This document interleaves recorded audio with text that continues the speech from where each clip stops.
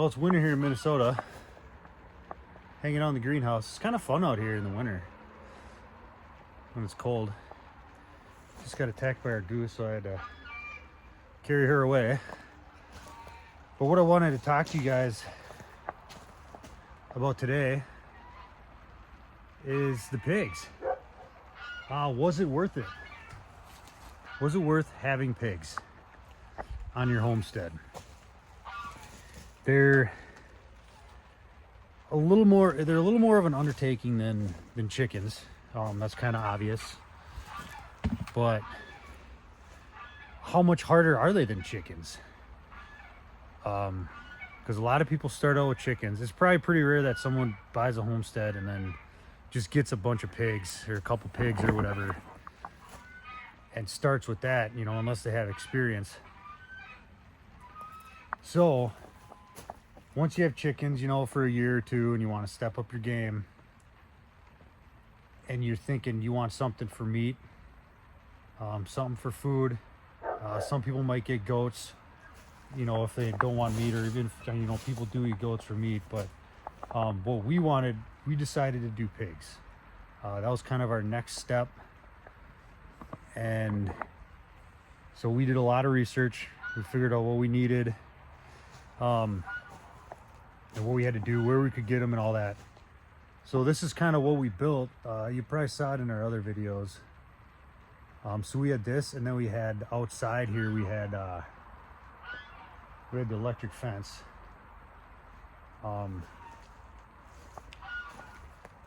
And I think if you prepare correctly, I didn't find the pigs much harder to raise than chickens. There's obviously, you know, different aspects to them than chickens. You know, they eat a lot more. They're a lot more destructive, especially when they're rooting. But I think if you prepare correctly, you know where you're getting your pigs ahead of time, and you know where you're getting them butchered ahead of time. It shouldn't be that hard, you know, as long as you do your research. So definitely one thing I suggest is obviously know where you're getting them, but I would highly suggest scheduling your butcher pretty much when you get your pigs. I think we scheduled our butcher before we even knew where we were getting the pigs, because we knew we could find pigs, but finding a butcher, especially the closer you get to fall with hunting season and just everyone's getting rid of their pig, you know, everyone's pigs are done, and you know, whatever other food they got, you know, the butchers are they're super busy at that time of year. So definitely get that scheduled right away, in the spring, as soon as you can. So I mean, as far if you know where you're getting your pigs, you know where you're having them butchered, and then you properly prepare. I don't think most people will find it too difficult to raise pigs. Some of the hardest parts I found were with the electric fence. They like to root right around the electric fence, and they'd ground it out. So you know, we have really sandy soil. They probably do this with any soil, but they'd root up and ground it out so it wouldn't really shock them anymore. But they never really tried to get out, which was good, because we threw some logs in there and stuff, and once they got bigger, they were able to pick them up and roll them around, and they rolled them into the fence and pretty much took the fence down, but they never left. They stayed in the fence. They had everything they need. They had food, they had water, they had stuff to play with, they had everything. So, you know, they didn't really have a need to leave. But so that was one issue. That was probably one of the more annoying daily things, was to just make sure that they didn't root up and ground out the fence, because I didn't want them. I just wanted to make sure that when they touched the fence, that they actually got shocked, more often than not. But the other thing too is that they do get big. and they get strong. So going into the pen when they get 200, 250 pounds can be daunting. It can be nerve-wracking. They run into you. I mean, you're gonna feel it. So that's the other thing. And then as far as like food and water, you know, we just had the auto feeder right here. That's that. We actually have chicken food in there now. It might be empty here. It's getting empty, but so we had that, and then we had the 50-gallon drum right here, right there, with a little nipple thing that they can get water out of. So you fill that up. That lasts a while. The food thing lasts a while, and then we fed them scraps. Obviously, that's one of the benefits of pigs. Is you never really have food go to waste.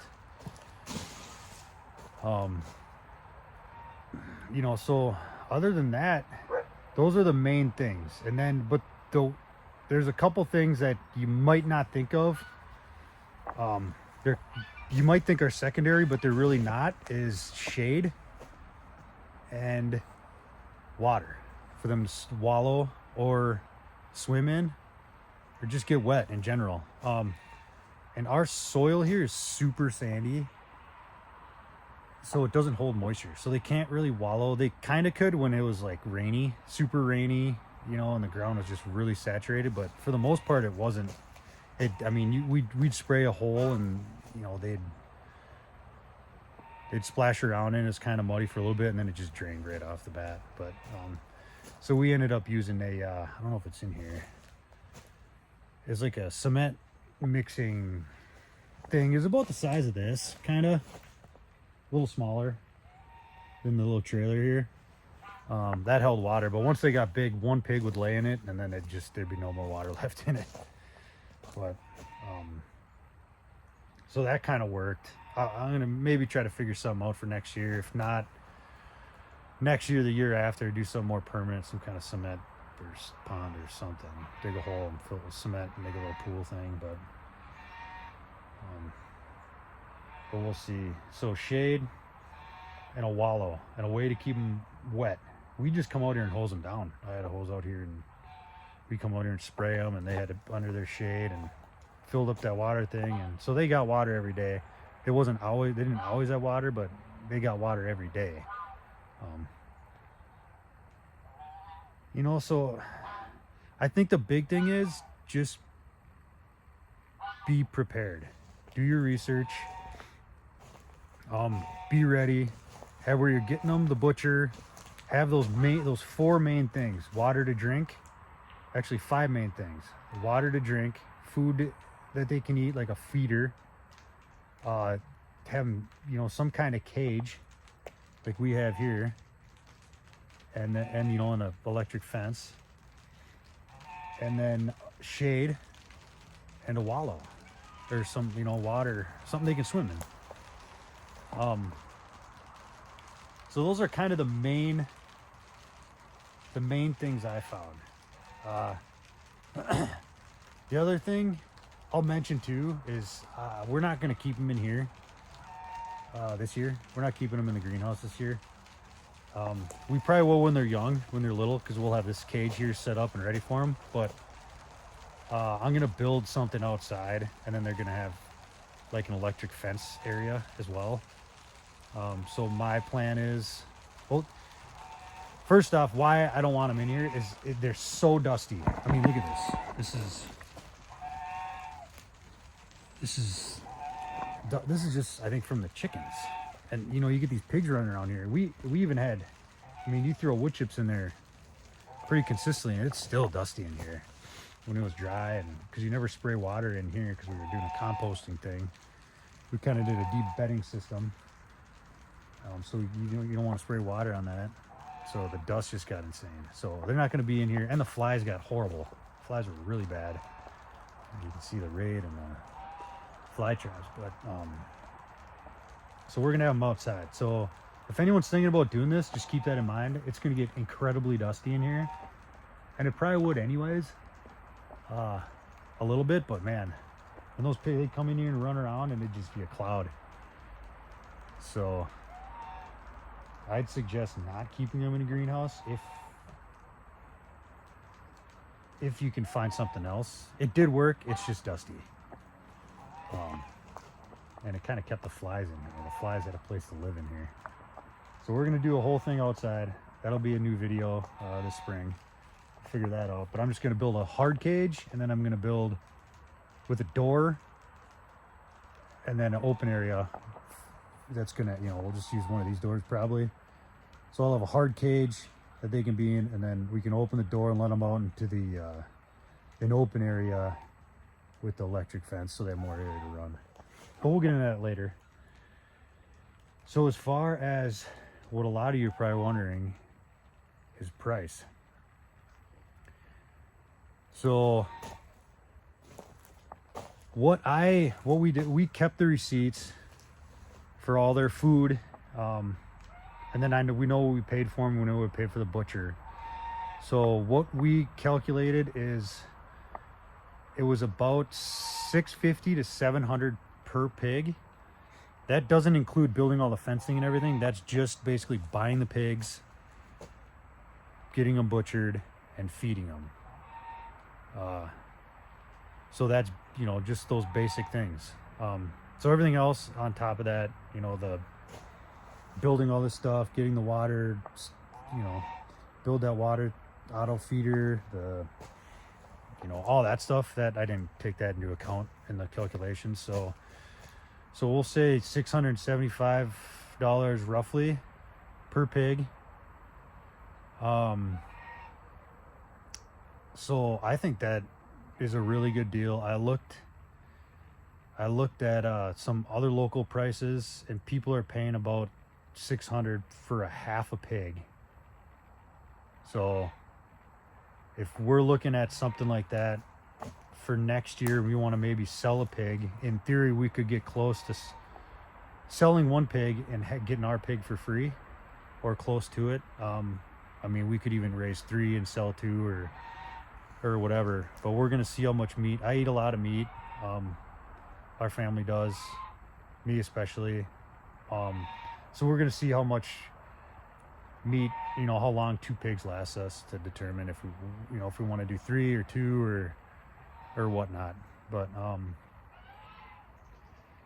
so yeah, overall, I think as far as, and the quality of the meat for sure is better than anything I bought in the store as far as pork. No doubt about it.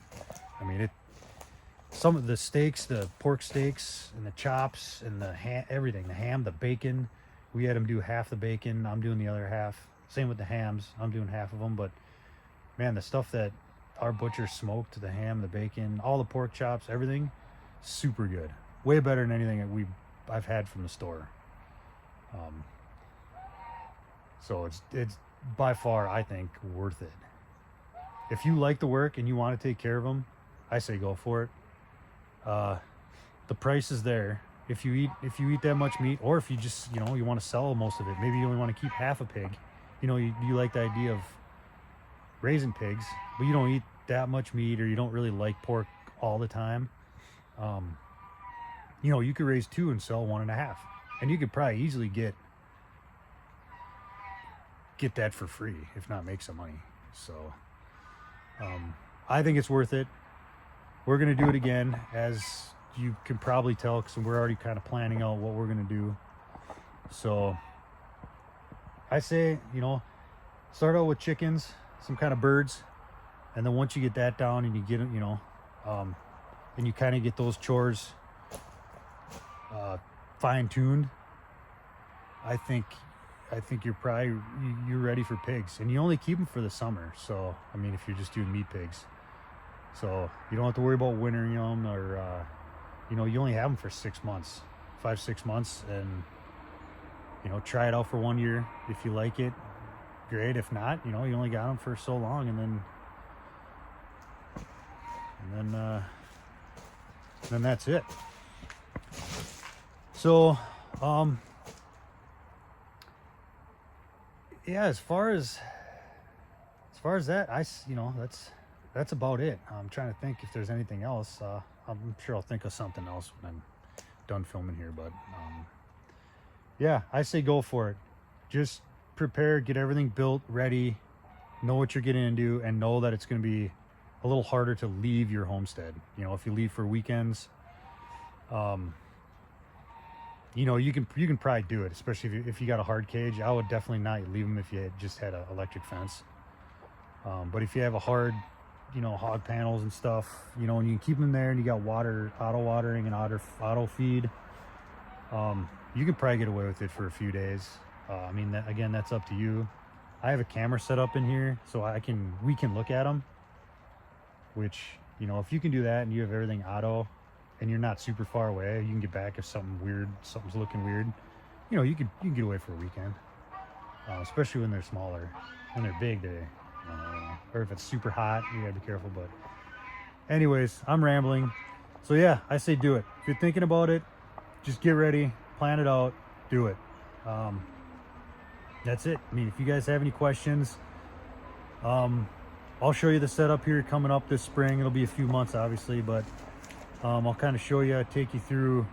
I'll probably take you through like the whole, from getting them to building their thing, like their whole new area that they're going to live in. So it's basically, it can be a start from scratch. We are going to use this, like I said, though, when they're little, probably, because we get them probably before the ground's thawed. But if you have any questions, leave them in the comments. I'll get back to you as soon as I can. You know, like, subscribe. Trying to pick up my subscribers here. This summer I really want to step it up a little bit, so I'm going to try to get a lot more videos here. I'm going to try to do a lot more this winter here too as well. It's a little more difficult because there's not much going on, but yeah, subscribe, send this video to anyone who thinks they're going to get pigs, any of your friends or whatever, and then yeah, I'll talk to you next time. See ya.